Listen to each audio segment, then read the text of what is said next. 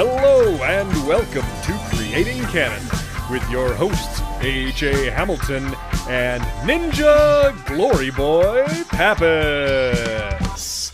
I want nothing more in this entire planet Yeah, than to have my nickname be Glory Boy. Glory Boy. Whether it has good or bad connotations? Whatever connotations you want to put on Doesn't that, even I will matter. take Glory Boy. Fantastic. All right, Glory Boy. My lord, that is an actual line in this movie. My lord, this whole movie. Yeah. I am blown away. I am at a loss a bit. You know what I'm at a loss for? What's that? My real name. And Nicholas C. Pappas. Yeah, this movie.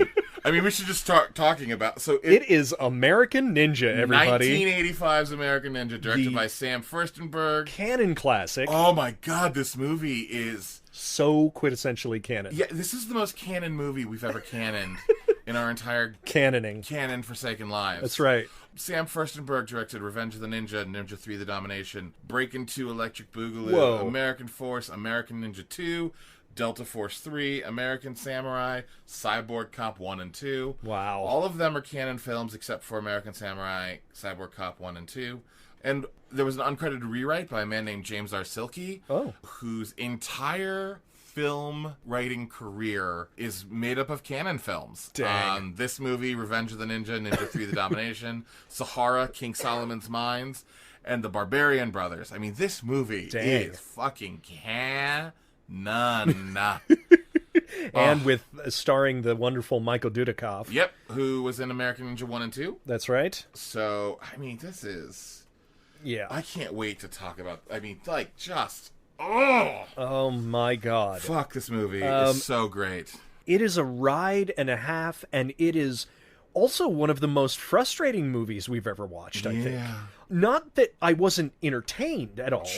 Well, let me read the plot, because I think that can give you just some idea of why. It's a perfect place to start, I think, Nick. Go ahead.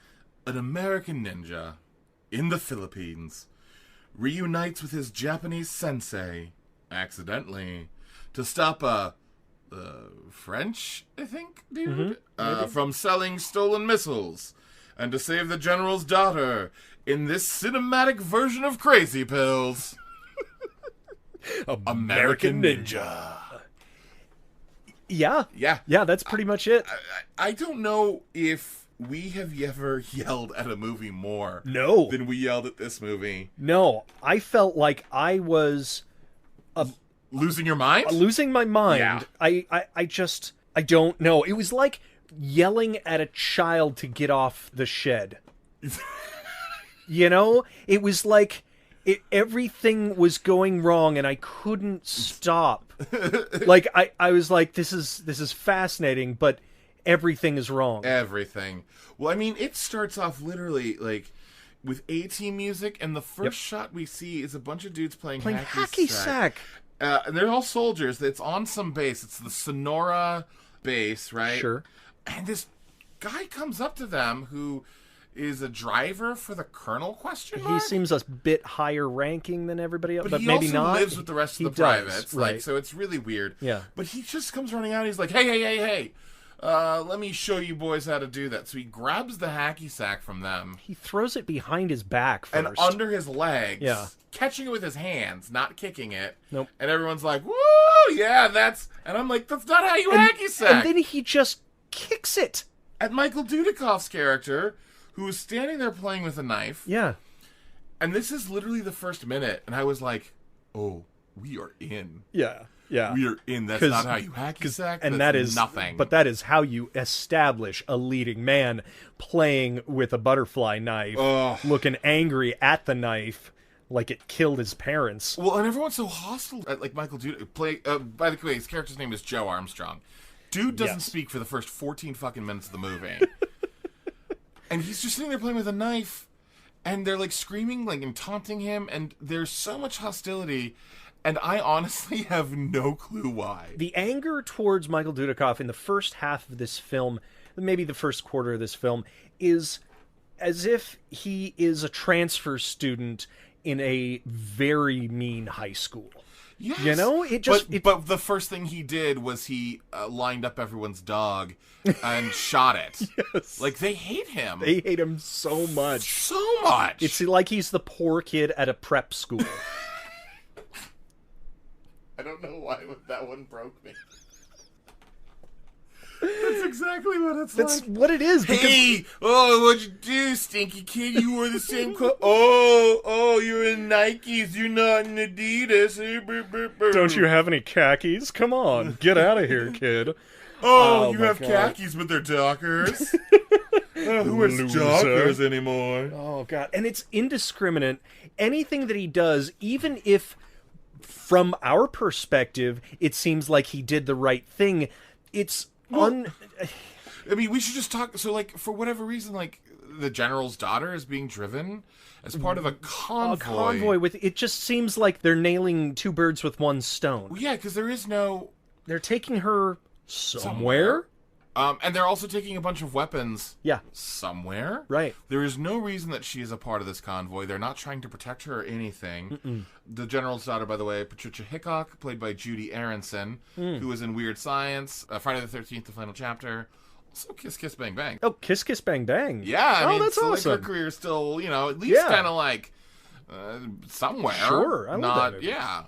Who doesn't? Mm-hmm. But yeah, so for no reason, she's part of this convoy, and then like a bunch of Filipino men with guns. Yeah, jump out. They stop it. They block it with construction equipment, Yeah. and they're actually, I would say, to give the terrorists some credit, Are they terrorists? Well, they must work for the dude who's stealing all this stuff. That's true, I guess. So I don't know what you want to refer to them as, terrorists you're right. or criminals, whatever. Yeah, you're right. Blanket criminals. No, you got it. But they are, I would say, efficient.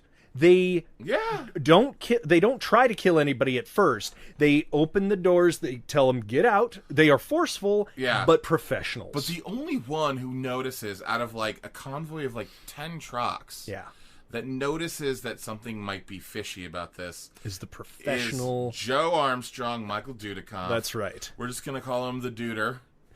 Actually, we probably won't call him the Duder. I'll probably forget that in 10 seconds. Deuteronomy. That's right. All right, Deuteronomy. Yep. Dudikoff. Hey, what does the surfing doctor say to the man at the physical? What? Dude, cough. That was fascinating to watch you build that joke. You know what? That was amazing. It was fascinating in my own brain. Yeah. I started it and I thought to myself, abandon ship. Abandon ship. You've already started it. You know we can edit these, right? Finish the joke. Finish it. Proud of you for pushing through. Don't do it. Don't do it. This is really dumb. Don't commit. If you don't commit, everyone will laugh. Listen, let's call him Lebowski and be done with it. Yep. Okay, so Lebowski is the only one who notices. Yeah. And in the weirdest moment in the entire movie, one of the Filipino guys swings his gun at Dudikoff's head. Yeah.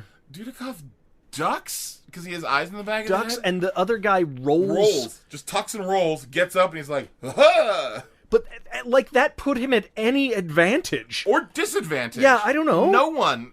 No one won in that exchange. And it happened so fast that I actually made AJ rewind it. Yeah. Because it was like... Well, I missed it because what the fuck was that? It was so inconsequential. Oh, God, this movie. And so, does that lead to the fight? Oh, no, the daughter... being the most awful human being. Her reaction to literally everything is insane. It's like the opposite of what anyone would do in any situation. It's like nobody working on this movie ever met a woman. Right. And then tried to create a woman. Like Weird Science. Yes! Oh my God. Which she was in. Connection. Bam. But I'm going home. That was enough. Yeah. I loved it. Oh my God. She is being held at gunpoint. She understands, windows are clear. She can see what's going on. And she's still like, drive. Why aren't you driving? Get out of here. Drive us. She's like a very spoiled, ignorant person. And just, then she gets out and she's like, how dare you, point that gun at me? And yeah, it's like a cartoon character. Face, she, knocks the gun out of her, She has no understanding of stakes at all. Yeah. Then Dudikoff, well, then everything goes to shit. Well, no. Well, the first thing that happens is she does that, then Dudikoff runs to save her, which is weird because no one, like, even the guys there were just sort of like, all right, crazy lady, We're not going to shoot at you. Yeah. So, like, Dudikoff runs from one end of the convoy all the way to the other, and not one person shoots at him, reacts to him. They all just sort of look at him running. And then he does some, like, karate. Yeah. Ninjitsuing. Kinda. Thing. Yeah. Right. Something. He does the splits at one point. He does the splits. The girl gets in the car, starts to drive away. For the first time someone takes a shot, takes 5 shots at the car. The car gets hit once. Yeah. And then she rolls in. Oh my God, I can't even fucking believe this movie. She rolls down a hill and the car just like starts flipping and she gets out and she's like, what? Oh God, I can't believe my car is... She pushes the car. She's like, come on, like, flip over. Be a good car. She's like starts running off. Dudikoff runs after her. Yeah. Oh, no, But, like, he does throw all of the tools in the toolbox. God, that's right. Like they're throwing stars. Oh my God, it was a screwdriver. He A threw car into jack. one dude's chest. Yeah. A car jack. Oh my God. There was another tool as well. Yeah. And he knocks a guy into a pickaxe. That was fun. You made about 15 puns on that one. Yeah, I mean, it's pick your joke. Yeah. Oh boy. that was yeah. Yeah. And that, I think maybe that's when he runs after her. That is. I don't yes. remember.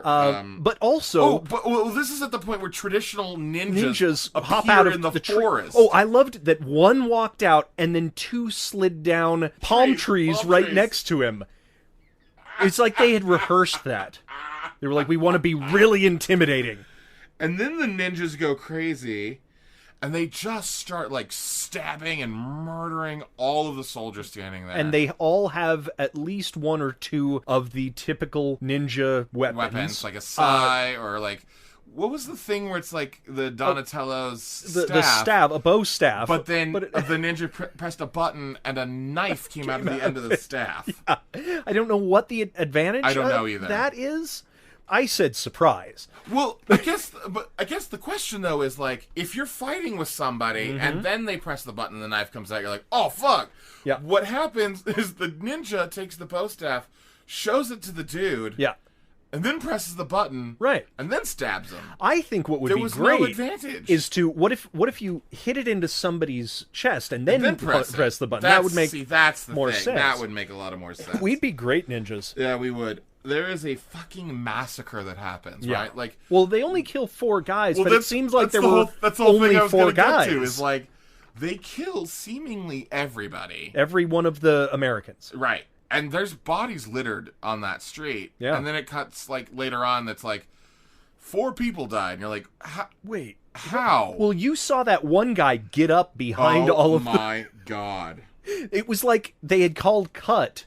Or they hadn't, and one guy just decided, I'm getting up, because he's laying there in the pile of bodies, and he's just like, I'm done. He just stands. That moment was so good. And honestly, at this point of the movie, Joe, our lead character, the American ninja, has not yet spoken. Still. He chases the girl out into the jungle. Well, he's dragging her along away from the ninjas. And she's like, what are you doing? Stop. Let don't you go know of who me. I am? No, don't go touch of me. Not understanding a single bit of what is actually happening. It's like everyone is her enemy. He breaks her heels and he cuts her skirt in the weirdest moment to like get her to run faster. And she's like, you owe me new shoes. You're going to Italy. You're going to get me a new skirt. Oh, just leave me here. Don't tie my skirt like that. That's don't weird. Touch me. They get to a point where they can jump into a river and she's like, I'm not jumping in that gross water. I'll just stay here. He like throws her into the water. They get across the water, and they survive. They get out of the water. They're both wet, and she's like, look at me. I'm wet. I can't believe I'm wet. And he looks at her, and all of a sudden, like, the love music starts playing. And I actually wrote down, he falls in love. I just want her to die. Yeah. At this point, I just want her dead. Like, she is so fucking annoying. Yeah. She is never this bad again in the movie. No. But it's such a weird way to establish a character I mean, there's already enough conflict Yes. that it doesn't make any sense. I mean, if you're trying to make a strong female character, you made the Well, this is stupidest not it. one. You made the Yeah. the one with the worst decision making in general, and the worst attitude. Yeah. And so, I mean, for the rest of the thing, she is sort of a damsel in distress, and to start her out like that makes her completely unlikable. And there's the scene too where she's driving and like the back tire, that's not even the tire, like the back part of her car gets shot. I hate to say this, but it's like no one does anything to her to make her drive badly in that scene. It's almost as if the writers of this movie were like, bitches be crazy and they can't drive. No. So let's just lean into that. It feels so misogynistic. It is. And in like conjunction with 2019 America, Yeah. it is extra insane. Yeah. But I would argue too, in 1985, Yes. this felt a little insane. Anytime this would have been insane. That's true. Yeah. But I mean, I just her in general, like, Yeah. it Yeah, is nuts. I almost thought that she was sort of improving, but she had also never taken an improv class, so Yes. she was saying no, but rather than yes and. It was so weird. Yeah, But they fall in love with each other inexplicably. and they also have to. This was the greatest scene because they're like, "Oh, let's take our clothes off so they can drive faster. and so they can drive faster." They physically show them taking their clothes off, and by the end of that 2-minute scene, they're like, "All right, let's get dressed and go." Yeah. What? Well, he actually says, your clothes are almost dry. Yeah. And then he goes ahead and he wrings out her shirt. Yeah. What? I don't know. Oh, God. I don't know. So, I mean, that's... My dad would kill you if he saw us together like this. And it was just like her head poking out of the jungle. Boink. Yeah, she Oh, my they God. they look like Adam and Eve, essentially. At this point, we cut to Sergeant Ronaldo, played by John LaMotta. John LaMotta being the next-door neighbor in Alf, Mr. What was it? Czechbonic? Sure.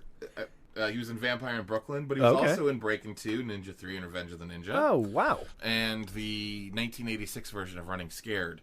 But he's talking to the Colonel, played by... Look, this sounds like some sort of dirty joke or slur. Gooch Kook? Goochcock? It's Kusick? Guich. Uh-huh. Goosh. Koock. Who plays William Hickok. Who is the top brass. And his daughter is the one who was Correct. in the car. Yeah. He was in Picasso Trigger, which is an Andy Sedaris film. Oh. And Piranha, the original Piranha. Aha. So there's that. Nice. And Ronaldo, the sergeant, is like, oh, you should have seen this guy. He was crazy. Such a jerk. Such a He's jerk. a live wire. He's a live wire. He's the reason everyone died. Also, this is the third time we've been hit this month. Which... Also, in retrospect, doesn't make any sense. I was just going to say that. Yes. I just had that moment of... Because later in the movie, Spoilers. we find out that the person doing all the hitting on these trucks, stealing the trucks... is Victor Ortega. Victor Ortega, played by Don Stewart from Rover Dangerfield and Carnival Magic. Which, I don't know if you've watched the newest seasons of Mystery Science Theater 3000, but Carnival Magic was the one about the talking monkey. Oh, God, yes. And he was Markov, the one who owned the monkey. And not to be confused with Going Bananas. Not to be confused with Going, which another is our talking monkey movie. Yes, that's right. But yeah, and Black Star Ninja, played by Tadashi Yamashita from Right. Gymkata and Rising Sun. But what we find out is that everyone's working together. Everyone's working together. Like, So the scene two- where the sergeant and the colonel are talking to each other alone about, I can't believe this is the third time we've been hit this month. Makes no sense. It makes absolutely no sense because there are two reveals. There is one reveal where we find out Ronaldo is working with Ortega. Yep. And then later on, we find out that the father, the general, or whoever he is, corporal, Colonel. he's in on it too. And it's like, well, then if you had written this script and you had gone over it one more time, you would have included maybe one other character in that situation, or you would have gone back and figured out, does this all line up with the Sixth Sense kind of rewatchability, where it's like, oh my God, now. Okay, I'm gonna Yeah. I need to tell you something. What? And in order to do this, I'm going to actually pull the mic closer to me. Yes? What up? AJ, this is a canon film. Yeah? What is that? They do not reread their scripts. Oh, they don't even reread them? No, it's first drafts only, Okay. baby. Gotcha. First drafts only. That makes a lot of sense now. Yeah, I'm pushing the mic away. Okay, bye.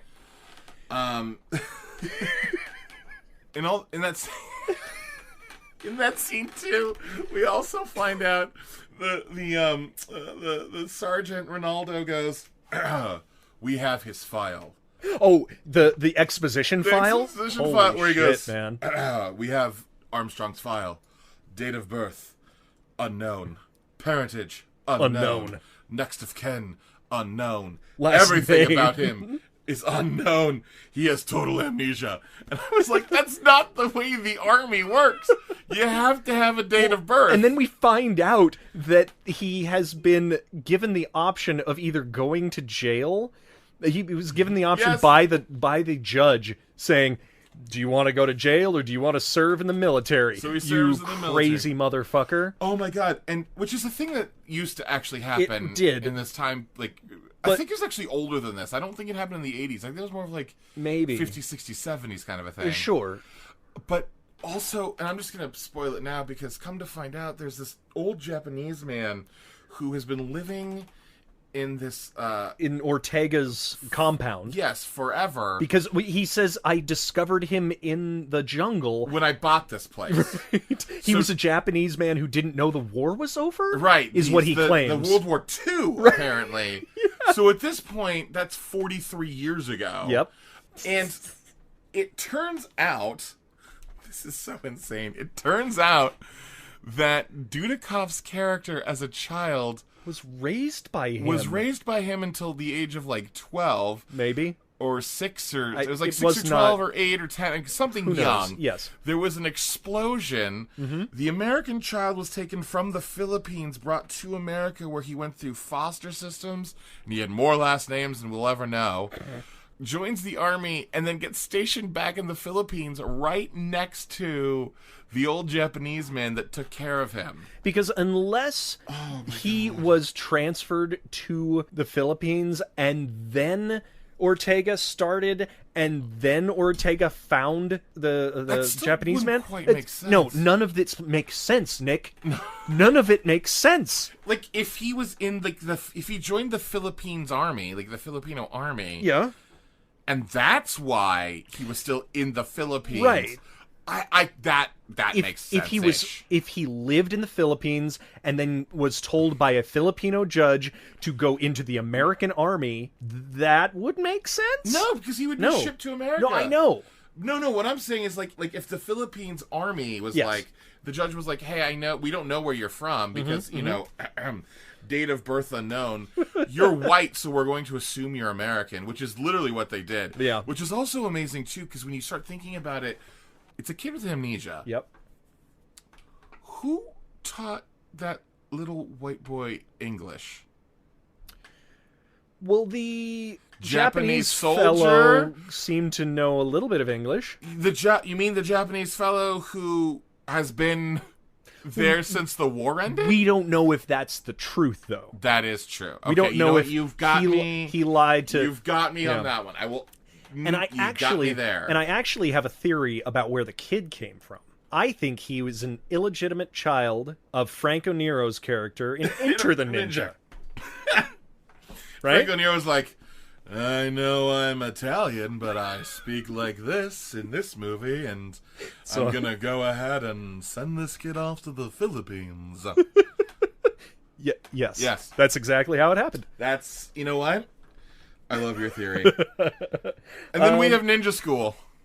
Yeah, man, that thing looked like a giant jungle gym for like 5-year-olds. Oh my god. Where Ortega It's so colorful. yeah, and the ninjas too. Like there were a bunch of ninjas in red, a bunch Yep. of ninjas in yellow, a bunch of ninjas in blue, a Yeah. bunch of ninjas in black.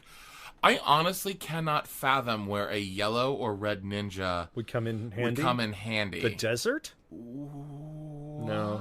I don't know. Not the sun? these colors. On the sun? On the sun, maybe. That's about the only. But then any color would be fine because you'd be blinded by the Yeah. sun. You might also burn up. It depends on how good that ninja suit is. How good of a ninja you are. Yeah, exactly. At the ninja magic. Oh my god, the sun can't even see you. You're such a good ninja. This goes off the goddamn rails in the end, but Wait, it's already off the rails. Oh, it is. Yeah. Oh my god. So it sounds, I just want to put out there, Yeah. I loved this movie.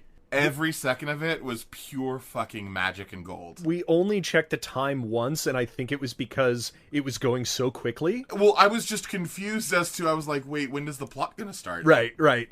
Because they beat up on him, and they are angry at him for so long of the plot. Where Wait, I want to go back to the ninja school, because right after ninja school is when they start beating up on him. But yeah, there's like the ninja school thing going on, and it's weird because there's an army there with a bunch of dudes with guns. Yes. And then the two guys Ortega is selling the missiles to show up. Mm-hmm. And he's like, this is my private army of ninjas. And the Black Star Ninja, who's named Black Star Ninja because he's got a black star on his face. Like a little teardrop. There's like one black star for every man he's killed. One man he's killed. He's only killed one man. Just one. Well, he's got to get the rest of the tattoos. Like, they don't just appear. Oh, dipshit. Fair. He's got another list. But then the Black Star Ninja, like, Ortega's like, Black Star Ninja, show us your powers. Yep. And he goes ahead and he kills like 4 of the ninjas in Ninja School. Kills them. He snaps the last guy's neck. Yes. And it's like, wait, why did you spend so much time training these guys then? Yeah. I thought it was going to be like, oh, look at all of these guys, how good they are. No, it's going to be one guy. Why are we training the rest of them? Yeah. Who the hell knows? And also, too, like, if that is your leader and your leader is like, hey, I want to put on a show for everyone. Come around. Let me kill some of you. I don't think I'm trusting that guy. No. Ever. No. So, okay, at this point, we do go back to the army Joe base. Armstrong at the army base. Yes, and Mr. Action Jackson, Curtis Jackson. Yes. Curtis Jackson. Yes. Who, for those of you playing at home, that is the real name of the rapper 50 Cent. That's true. Yep. Curtis Jackson, played by Steve James. From the Warriors to Live and Die in LA, and I'm gonna get you, sucker. That's right. And he reminds me of Combat Carl from Toy Story. I could see that. He also sort of reminds me of, like, the lowest rent Carl Weathers I've ever seen. Yeah. Like, there's even the scene where Dudikoff and Jackson do, like, the hand thing, like there is in Predator. Yes. Except neither of them have muscles, really. So it's nowhere near as badass as Schwarzenegger and Carl Weathers. Yeah, he's pretty ripped. He's just not like Schwarzenegger ripped. You're right. Yeah, Curtis Jackson's. I'm sorry. Yeah. Steve James is ripped. Yeah. Dudikoff looks like he's a tiny man. Yes. Yeah. They actually cast him because he looked like James Dean. Yep. And he didn't speak. He didn't talk much, and he had a chip on his shoulder, and Menachem Golan was like, "Get me the Dudikoff kid!" That's an actual line. Yeah, it's an actual line. And apparently, he auditioned 2,000 actors. That's insane. 2,000? And they ended up with Dudikoff. That seems like a huge waste of time. Yeah. Yeah. Do me a favor. Can you stand there for 14 minutes and not say a word? Mm-hmm. I don't know. Anyone? You turn to the left. Anyone? Turn to the right. Bueller. How about Dudikoff?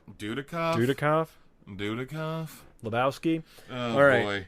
But yeah, so there's this weird thing where Jackson just keeps getting in Dudikoff's face, being like, "What? You got four guys died. They're some of my friends. So right now I'm gonna beat you up because we killed some of my friends. I'm gonna hurt you so bad. I'm gonna show you. Oh man, what glory boys like you, huh? Glory boy? What are you, a glory boy? Yeah. Come on, glory boys like you get glory boyed, huh? 9 of these guys around here are gonna glory boy all over you, glory boy." And it's like it's an entire army base activity to come all around to come around Glory Boy, to encircle Glory Boy, and to encircle Glory Boy. Yeah, it's even getting more. It's worse. Circle jerk. Yeah. Michael Bukkake in Glory Boy. So they're all like surrounding him and Steve. And right, because they're starting the fight. Because Jackson says, "All right, I'm gonna fight you. I'm gonna get you, sucker. And which he was in. And thus begins the most ridiculous fight. The most waste of time fight. It's seriously like the slowest. Steve James sort of runs at Dudikoff. Dudikoff like ducks. Yeah. And Steve James is like, whoa! And like lands in a puddle of water. It all takes place between two palm trees. Two very tiny palm trees. That are probably no taller than 1.5 feet tall. Honestly, the choice for locations of fights in this is perfect? the most mind-bogglingly perfect. Yeah, that's what I was going to say. They're very odd backdrops. Yeah. And so the rest of the thing is Steve James doesn't even throw a punch, I'm pretty sure. Land a punch. Land he a punch. Throws some stuff. He kind of does, but every single thing is like he is moving in slow motion. Yeah. And the rest of it is Dudikoff just sort of doing okay at being a ninja to him. Yes. But doing a lot of stuff that seemed like judo. It just seemed like tipping him over or grabbing him and then flipping him in one way or another. And then at one point, he even puts a bucket on his head and gives Jackson a stick? A stick? It's like a broken broomstick? Yeah. Without the broom, I mean. Like just a big stick. Yeah. And he points to his head like, go ahead and hit me. And then he pulls some ninja shit and flips him over, puts him on the ground, and he puts the broomstick near his face. Right. And then slowly raises the bucket. Yep. Because, do you think that's where Buckethead, who the guy in England who runs for Prime Minister all the time, with a bucket on his head, got the idea? You didn't know that he was a huge fan of this? Yeah. Yeah, this is probably his favorite movie. Yeah.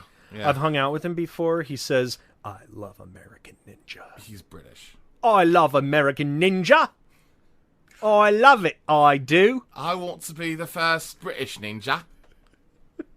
It'll never happen. No, not for blokes like me. No. No, I'm just gonna keep this bucket on my head. Shame.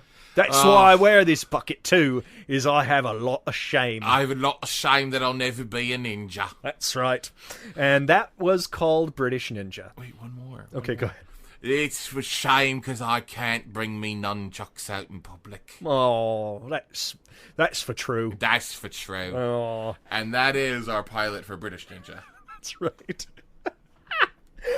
Oh my God. So and at this point with the bucket, you think, oh man, he's just like got good instincts or something like that. I'm pretty sure now that with this, and we keep mentioning ninja magic, but I think he could see through the bucket. Well, because later on, Shinyuki, who is his mentor slash daddy boy,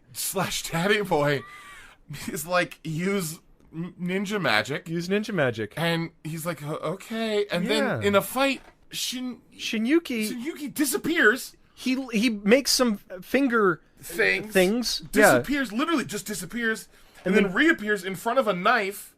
And dies. Saving Dudikoff's life. If you were magic, rather than disappear and reappear in front of the knife, why don't you reappear and catch the knife, or reappear and kill the bad guy? Or if you're magic, make the knife disappear and the bad guy's head explode. Or always be invisible and just kill a bunch of people. Oh my God. I don't get it. This movie is perfect. I mean, the rest of the movie plays out pretty standardly because there's betrayals. There are. Wait, hold on, no. Go ahead. Wait, there's nothing standard about this movie in any way. It's pretty standard, man. It's pretty standard. There's the scene where by the way, no. First, we have to do the thing about where after Jackson. Oh, Jackson, they're best friends now. Well, yeah, he gets into a fight. He's like, and literally a minute ago, he's like, "You killed 4 of my best friends." Now he stands and he's like, "Hey, everybody, this guy's pretty cool. He's like, "Hey, you want to make $1 million with me? I can help you make $1 million." It's like the T-Birds were hazing somebody. Seriously. And they were like, "Oh, come on in. You're not too bad. Let's take those glasses off. You're not a nerd anymore." Like, what? And then there's that amazing moment where Dudikoff is in trouble because fuck if I know. Sure. And he has to empty the garbage cans. Yeah. And there's a truck driving from garbage can to garbage can, and Dudikoff is emptying each garbage can. And Jackson's comes up. Jackson's walking with him, and literally the truck.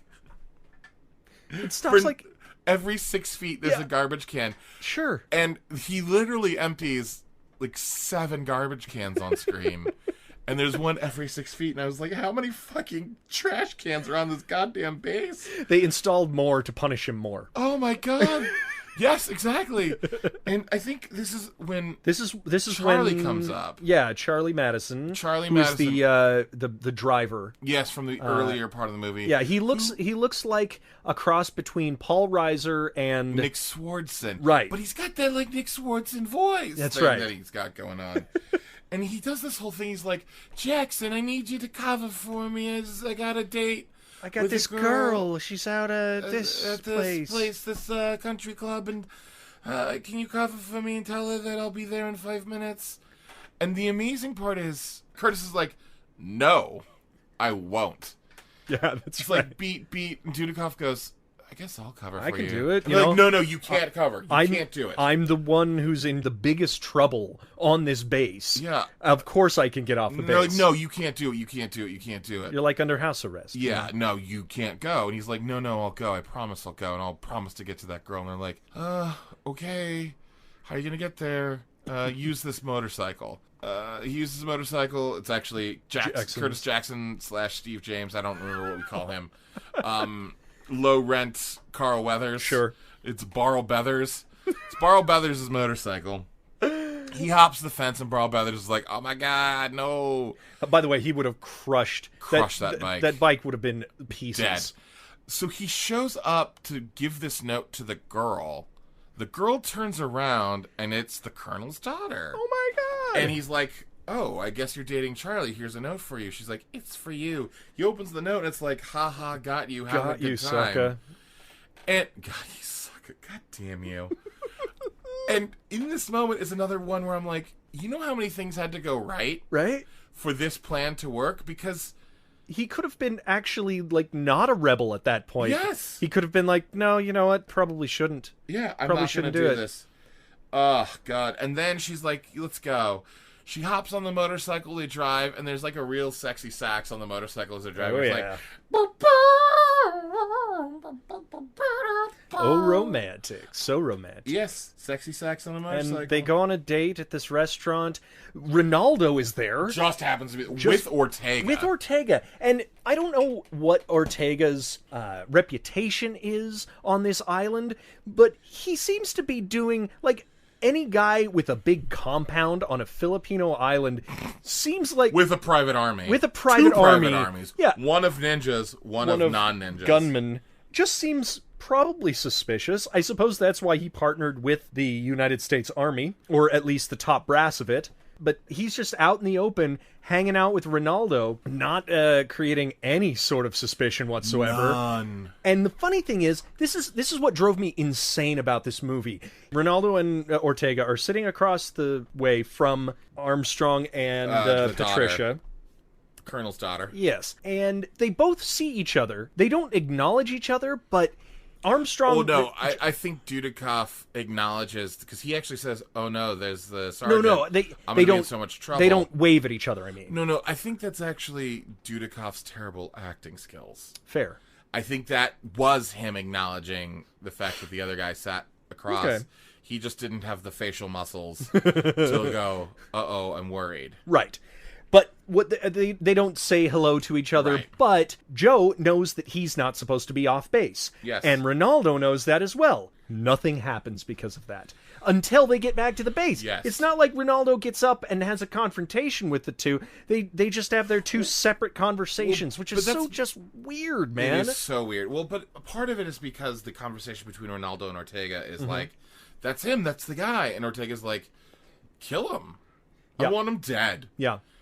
Well, there's a dude making fucking bananas Foster at Cherry's Jubilee standing literally right next to him. It's like, who did you want dead, sir? And here are your bananas Foster. Would you like ice cream with that? It was insanity. Yeah. Which led to the whole warehouse fight, which was also one of the Right. craziest fights They send I've him on ever a suicide seen. mission to...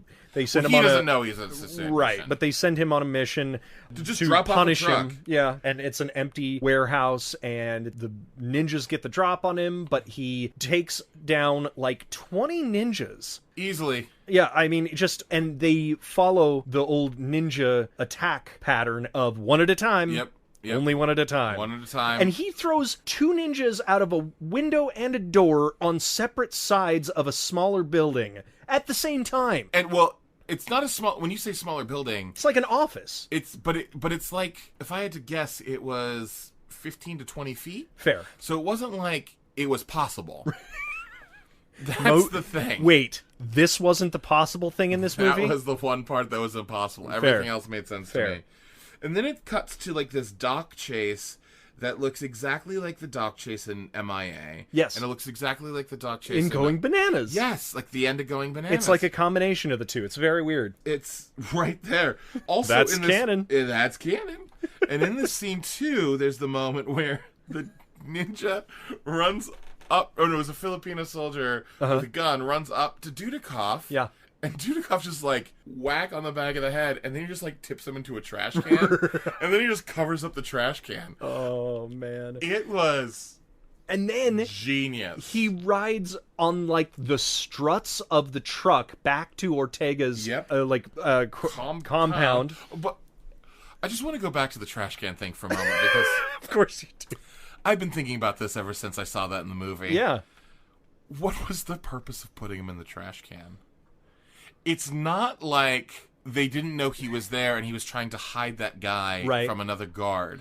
I think it was, in case the guy got back up, it would be more difficult for him to re-attack him. All it was, look, Dudikoff is a dick. Yeah. It was just pure humiliation. Well, and also, he had been emptying those garbage cans the other day, and I guess he was just in a groove. In a trash can groove. Oh, God. Okay, so we go back to the compound. Yeah, he's riding underneath the truck to the compound. Actually, that's where the trash can moment happens, right? Yes, yeah. That's where the trash can moment happens.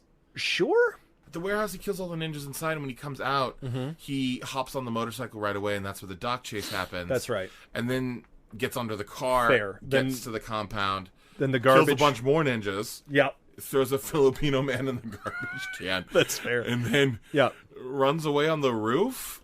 And then he somehow it's like he hitched a ride back to the army base. Well, what happened was he was running through the fields. Yeah. And Shinyuki grabs him out of nowhere and is like, go that way. Yeah. And Dudikoff is like, who are you? No, he's like, who are you? And then he's like, no. I'll really be revealed There's soon. no time. We don't have any time. Listen, man, there is no time. We just gotta, like, you won't find out who I am until later, but listen, you'll find out by the end of the movie. Listen, we got no time still. Hey, time is running out. Yeah, so... And Dudikoff is definitely pulling a Patricia Hickok from the earlier part of the movie, where he's not grasping the fact that people are coming to fucking murder him in the woods, and he has to run. Get out of here. Well, that was actually weird when Shinyuki broke Dudikoff's high heels and cut his skirt open. So that's, I guess... It's mirroring. Yeah. It's a storytelling device. Yeah, it's pretty good. It's pretty smart. And then, I don't even... Where does this go from here? Oh, he gets back to the base, and and once he's on the base, he's immediately put in the brig. In the brig, right. And that's when Starman... Black Star Ninja. Black Star Ninja, who doesn't get a name. He never gets a name. He's Black Star Ninja. That's a pretty good his name, birth actually. name. Black Star Ninja. Black Star Ninja. What the fuck is your problem? His family name is Ninja? Yeah. Okay. Well, cool. It's like when someone's family name is Baker. That's true. Yeah. That's a good point. I thank you. Thank you for educating me. Thank you. No, you're thanked. Well, Black Star Ninja, Mr. Black. Mr. Ninja, sorry. Black Star to his friends. He breaks into the brig. He kills a bunch of people. He then uses a smoke bomb. First of all, he uses axes to break some locks. And then he uses a smoke bomb to break some more locks into the room that Dudikoff is in. I thought the idea behind the smoke bombs was so Dudikoff couldn't see who was coming in, but, like... Maybe? It's one of those things where it's like, if you're dropping smoke bombs... Yeah. First of all, I know a ninja's coming through the door. Yeah. Or a wizard. One of the two. Or somebody vaping. And second of all, I'm going to step back from the smoke bomb. Right. Because you're going to eventually have to come through that thing. Yeah, you would want to throw the smoke bomb into the room. A couple of them in the room. Right, thank you. Yeah, exactly. Yeah. But Dudikoff is hiding, of course. He created uses his ninja little sense. Creates a body with pillows on pillows, the cot. of course. Yeah, the classic move. Yep. And they fight a bunch. He escapes out of there, and there's a full alert on the base. And they just keep fighting. Yeah, he finds Jackson. He's like, "Hey, dude, we gotta go." They fight on a boat on land. Oh yeah, which is weird. An aqua tank. An aqua tank. They fight on top of an aqua tank, which was weird. Yeah. And that's when he finds Jackson. Right. And he's like, "Hey man, meet me behind the brig in 30 minutes and get a car." And what is he doing for 30 minutes? Right. He doesn't do anything. It's not like there's a suit up montage. It's not like he's standing there in the same exact clothing. Yeah. It's like he was like, "Oh man, I really got to take a shit." I really gotta take a shit. Or let's let everything like die down for a second. You know, just like chill out. Yeah. Smoke a blunt. It'll be fine. And then I'll get back to it. Right. We forgot to mention the thing that he found in the warehouse that kind of kicks everything off. Finds a missile launcher. Well, I think so. We don't know what it is until it's named like 20 minutes later. Sure. It just looks like a it looks like a sonic gun. That's what I was gonna say. It looks like a weird like black futuristic barrel thing. Gun, long gun barrel. We know that it's a weapon. Yeah. But we don't know what it is. So anyways, all of a sudden Jackson shows up with the Patricia. daughter, with Patricia. And she's like, "If I haven't meant anything to you, you'll get in the van and we'll go talk to my dad." Sure. All right. Okay. Which is funny because if you think about it, Jackson had to go to her house, come back, pick up Dudikoff, then go back to that same house to talk to the general. Yeah. That was wasted screen time. That made no sense. That also presupposes that Jackson had 30 minutes to go find a car, pick her up, and get there. How small is this island? Oh my god. So they get there, and at this point, we more or less find out that, oh no, the dad is in on it too. The colonel's in on it too. Oh no! And so they bring a bunch of military men. To follow him. He jumps out a window, basically falls flat on his face. So good. And then runs away, steals the Jeep. And drives away. Then we get a great Jeep chase between the sergeant, who's like, "Go get him! Shoot! Faster! Fire. Yeah. And the guy driving the Jeep is not, so the sergeant just pushes him out of the Jeep. And that's after Dudikoff made the other Jeep crash into a tree. And then the sergeant... Dude, I don't know what Dudikoff did, but the sergeant rolls off the road. He just sort of slammed him into the side of the road. Yeah, rolls off the road into what looks like a singular stalk of bamboo. It looks like somebody planted it yesterday. Right? He hits that tree, and it's like... There's a great close-up of him being like... Ah! Right? Yep. Cut back to the Jeep slowly hitting this tree, and then like, well, it was actually more of like beat, explosion. Yeah. It was honestly one of the funniest explosions. From the tiniest tree I've ever seen in my entire life. And then Ortega shows up at the Colonel's house. Yep. And the Black Star Ninja, I think unbeknownst to the Colonel, sneaks in. Correct. Kidnaps the daughter for no reason.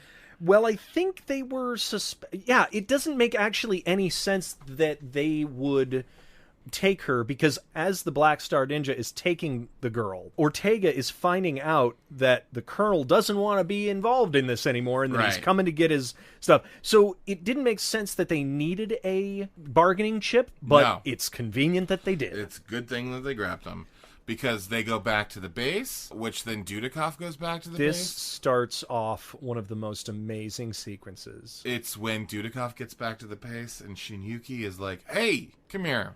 You know how we're waiting for the big fight at the end?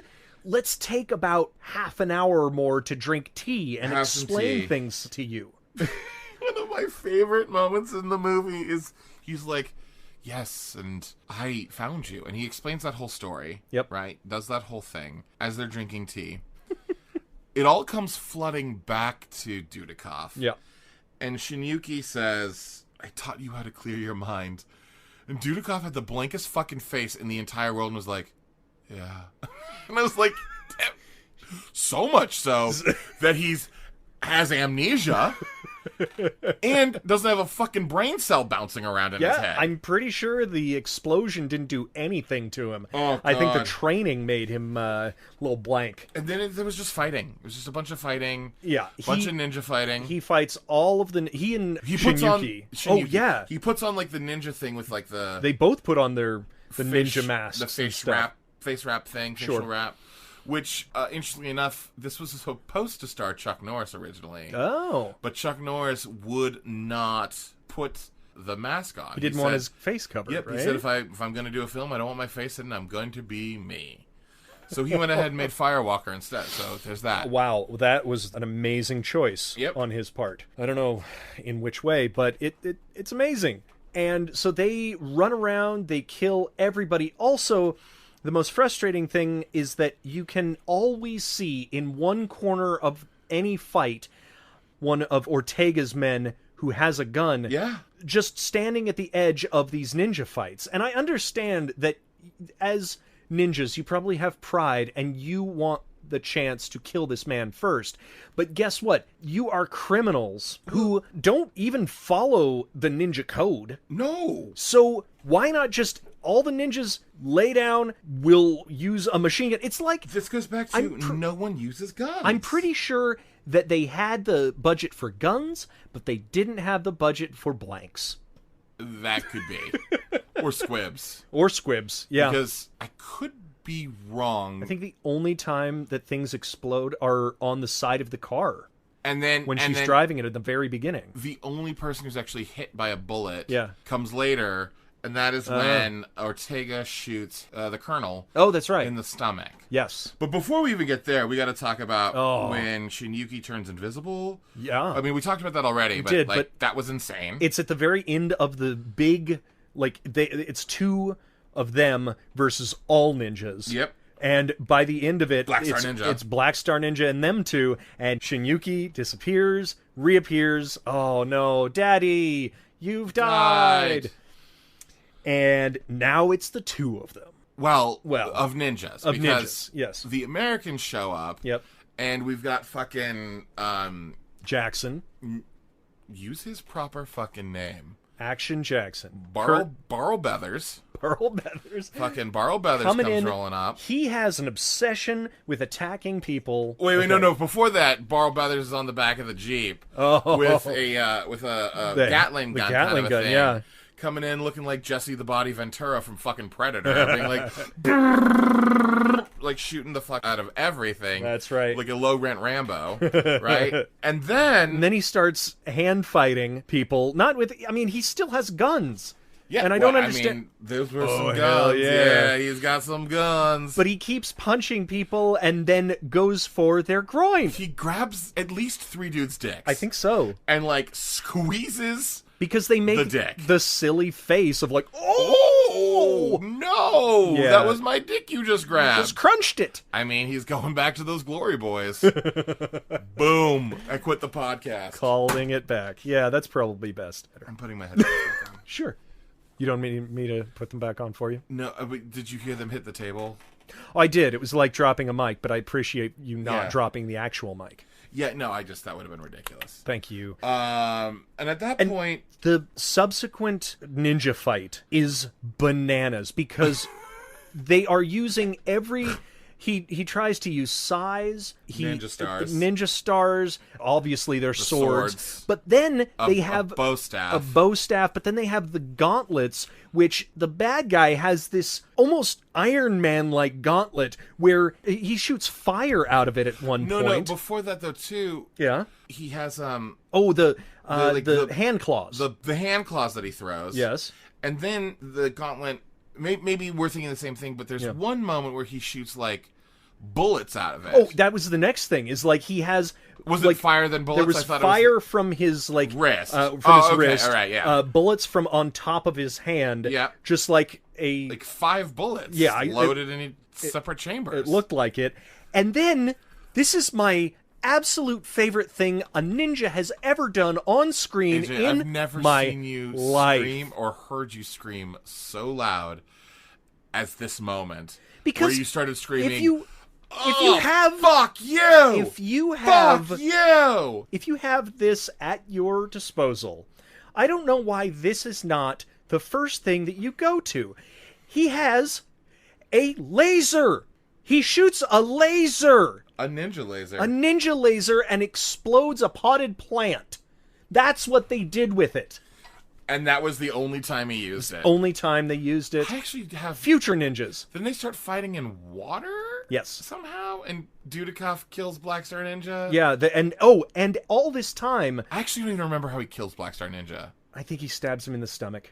Yeah, it's so I'm pretty boring. sure it's very boring. Because at the same time... I mean, you can't go from lasers to non-lasers. Right? What are we using? These...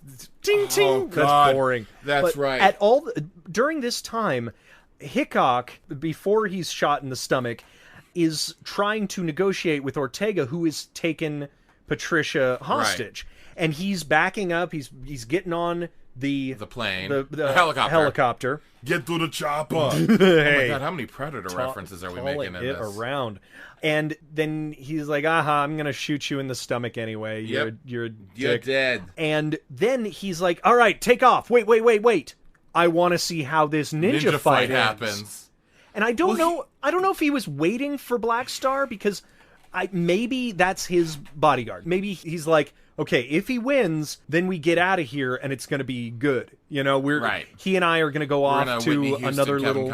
Exactly. Shit. He's holding the girl hostage still, but that's to keep the other military people at bay. I'm sure. He's there for like 7 minutes, but he just stands there. He's like, oh, wait. They're still fighting. Don't take off. Finally. Well, he knows that... Yeah. Listen, I understand what happened. Mm-hmm. Ortega knows Black Star Ninja has a laser. And he wants to see the laser in action. He loves it when he shoots it up into the sky and, plays Led Zeppelin and makes those laser shows. It's super neat. Have you ever seen that? Oh, fuck. So, anyway... American Ninja kills Black Star Ninja Man, and then jumps onto the helicopter, and then he crawls around it a bunch. And Ortega climbs out onto the feet, the wing, the feet on the ground, pontoon or whatever they are on the helicopter, and the girl's just watching. Strut. The woman's just watching. Patricia's just walking. All Patricia has to do is lightly push, and the dude falls. She's not tied up. Yes, she's just watching as he's trying to shoot Dudikoff. Mm-hmm. Dudikoff is kicking in his general direction. Eventually, Dudikoff gets onto the other side of the chopper, opens it up, punches Ortega in the face. Ortega falls backwards, and at this point, too, Barl Beathers has picked up one of the missiles, and he's like, Come on, American Ninja, get on out of there. Come on, Glory Boy. Also, I just want to give props to the amazing helicopter pilot, who is the chillest dude in the world. In the entire fight, he's just shooting, and he's just sitting there, he's like, are you ready to go? Should we get out of here? I imagine what's happened. I imagine what's happened is they got a helicopter an actual helicopter pilot. He's not an actor. Well, they were like, we don't have enough to pay you to act. We just have enough to pay you to helicopter pilot. And he's like, okay, well, but then that's all you're getting. I'm just going to sit here, man. Yeah. I'm not going to be worried or anxious or anything like that. Yeah, I might just have a cigarette. Yeah, that works. Fuck. And so they haven't killed Ortega. Ortega's just sitting there with a punched face. He's like, and Dudikoff, the Duderino, grabs Patricia and jumps from the helicopter. They're like, is he jumping into the water? They're on the coast, maybe? Luckily, the helicopter has just flown over the top of the compound. Perfect. And what I don't understand is why it's only 5 feet above the compound at this point, because they've been in the air conservatively for 4 minutes. Fighting. Yeah. And the helicopter pilot should just be flying wherever the fuck they're flying to. Yeah. Get out of there. So he jumps down onto the compound, and almost immediately, Barl Beathers shoots that missile. It's still, in all conceivability, it's right above them. And it explodes. Yeah. But somehow, in that 3 seconds, the helicopter has moved from the top of the compound to, way fucking far away. A mile away. And then, fucking American Ninja holds Patricia Yep. walks her. He won't let her sit down. No, of course He not. won't let or her walk by herself. herself. Yeah. He carries her To the edge of the building, looks down. Barrel Brothers is standing there, and he goes like, "Hey," and he chucks her down to the ground. And Barrel Brothers catches her. And at that point, he jumps down. They sort of look at each other. I don't even remember they fucking kiss. No, he doesn't jump down. It ends with that's him right, he just looks standing proudly Yeah. as American Ninja on a roof. And then all of a sudden we cut to this huge fucking far shot of the compound and all the dead bodies. And credits. Yep. Speaking of dead bodies, body count in this is 114. Holy shit. AKA American Fighter, American Warrior. Oh. We were that close to American Ninja Warrior. When I was Googling this, that's all that came up. Yep. for like the first page. The tagline is, "The Orient created the world's deadliest art. Now there's an American master." Which, it could have easily been, "The Orient created the world's deadliest art. Now there's a white guy doing cultural appropriation." Because basically, that's what it is. The other tagline is, "The deadliest art of the Orient is now in the hands of an American." Which is the deadliest hands of all. Which is the deadliest hands of all. The budget was $1 million, which, I have to be honest, they got impressive. a lot on the screen for $1 million. Yeah, and it's not, you know what it is? It doesn't look poorly made. It really, like, there's nothing that's like, oh my god, there's no moment that you roll your eyes at the effect. Yeah. Especially for 1985, but there's never like, oh my god, that looked horrible. Or even the fighting was pretty good. The fighting was okay. I mean, he wasn't the best. Well, he didn't know martial arts. But by the end of the movie, do you know he was a black belt? That's insane. Right? And I almost don't buy that. I almost don't believe it either. I feel like that was like a promotion that they did to be like, hey, look, even white guys can do it. The movie made $10.5 million on a $1 million budget, which is pretty great. Which Good is probably stuff. why they spawned 4 sequels. Yeah, profitable. You know, as you were saying about the fighting, Yeah. well, first of all, where its budget did not go was in script development. Clearly. And then the other thing too, when it comes to fighting, Yeah. and I hate to say this, but especially of like 80s movies, I think ninja fighting is very boring. Depending on how you do it. I thought it was boring in this. I think it's kind of boring in... Well, it's a lot of grappling. Revenge of the Ninja. It's a lot of grappling. It's a lot of, like, holding a position or, like, countering very close. It's it's like, I'm holding this, and someone comes up, and it's like, flip. Yep. And that person, and it's like, now someone comes up and flip. Yeah. But it's like Dudikoff, and, like, it's the same thing that Chuck Norris does, and it's the same thing that Franco Nero kind of... Big quotations marks about Franco Nero, because that wasn't actually him doing that either. Wasn't his voice, nor was it his fighting. But in all of them, it's just very... I think the problem that I have is they do that thing where it's like, Chuck Norris is so powerful, all he had to do was flip somebody, and they're out. Done. And it's like, I don't or just like a chop to the back of the head. Yeah, and I'm like, I don't buy that. No. So that's, I think, what I find boring about it. I agree. There's not a lot of, like, continuing action. And obviously we'll watch the rest of these, and we'll watch all the ninja films, and we'll watch everything Chuck Norris does. But, yeah, that's the kind of stuff where it's like, it's just a little boring. Right. And the rest of the movie is so much fun and interesting, and even for all its missteps, it's exciting. Right.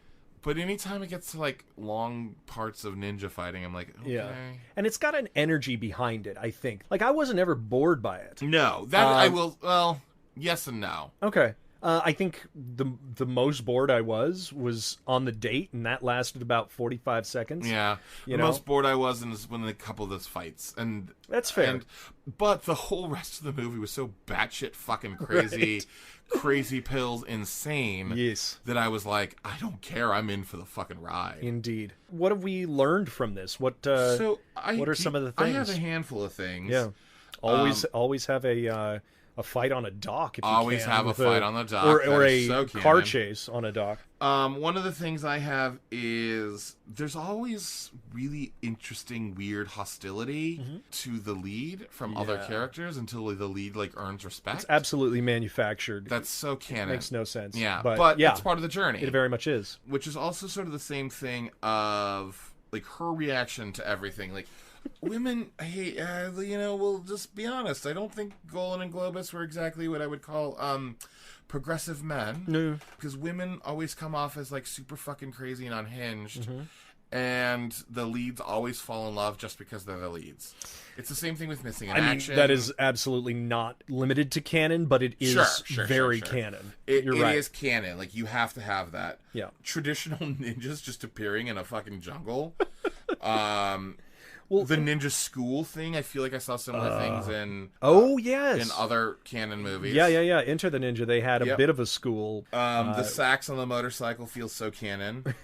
That whole warehouse fight felt very canon. Yeah. And then the dock chase. Yes. Feels very canon. I mean, honestly, we are, 40-something episodes into this thing, and I feel like this is, hands down, the most canon film we have ever watched. Yeah.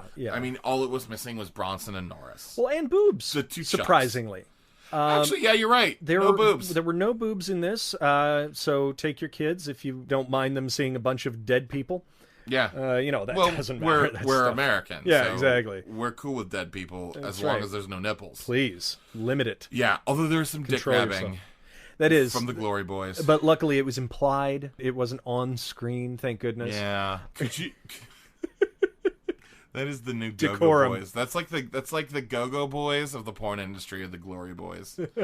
Glow Boys. This was a Glory Boys Years movie. We should mention that. What did you think?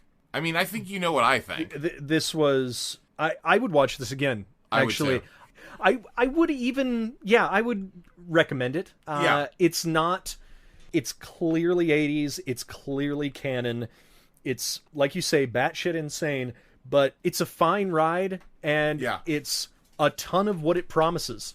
It's exactly what it promises, in fact. You're right. It is exactly what... It never promises anything else. It hits all the points. I called that Ronaldo was a bad guy from the very opening scene. One of the things that was so amazing is, like, in that opening scene, the second you saw Ronaldo, you were like, that's a bad guy. And then the second you saw... There was a black character who was a truck driver, and you're like, he's going to become friends with that truck driver.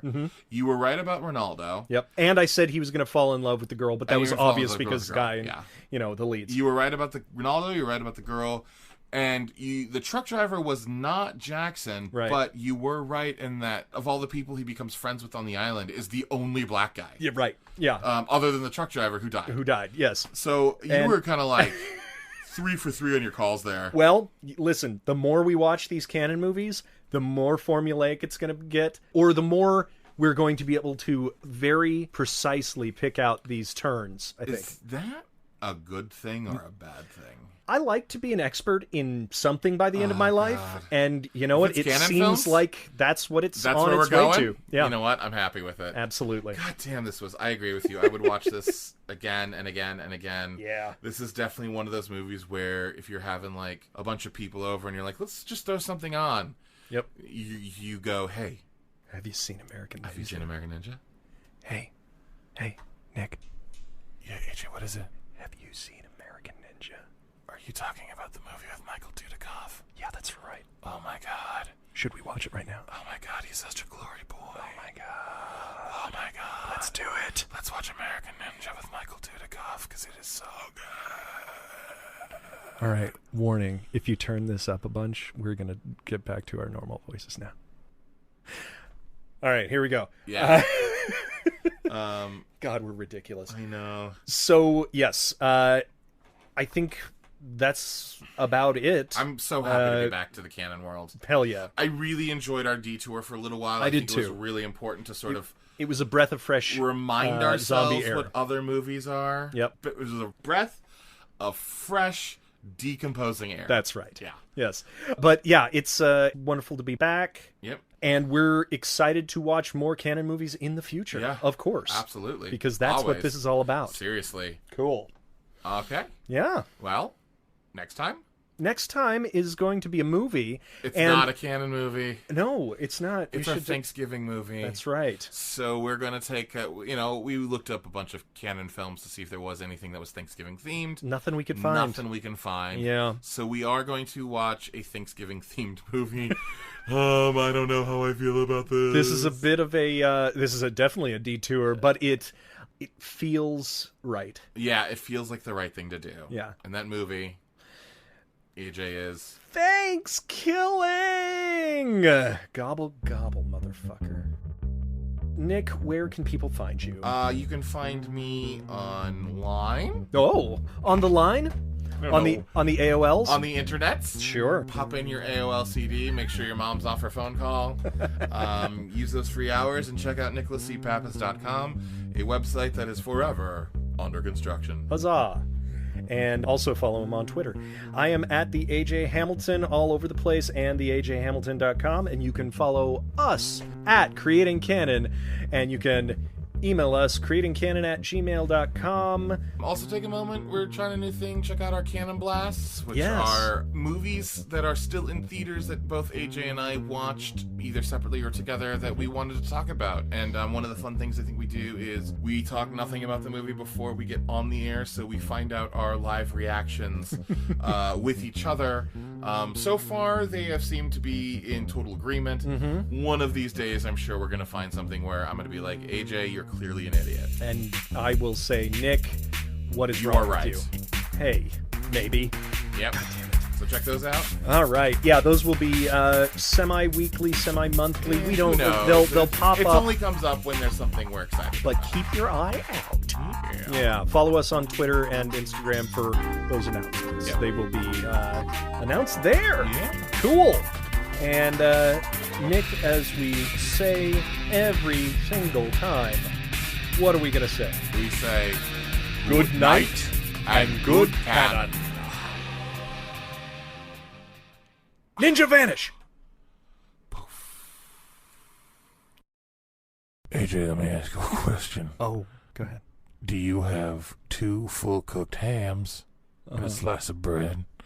I do. Because I'd like to do a reverse ham sandwich. I don't know. Right up in the middle, get some burn. I am getting more and more concerned about you. Oh no, it wasn't recording. Liar! I really liked that bit. That good. was so dumb. I really perfect. liked it, though. Alright, we'll fill in the rest later. Yeah, of course. Sam Furstenberg. Sam Furstenberg. Sam Furstenberg.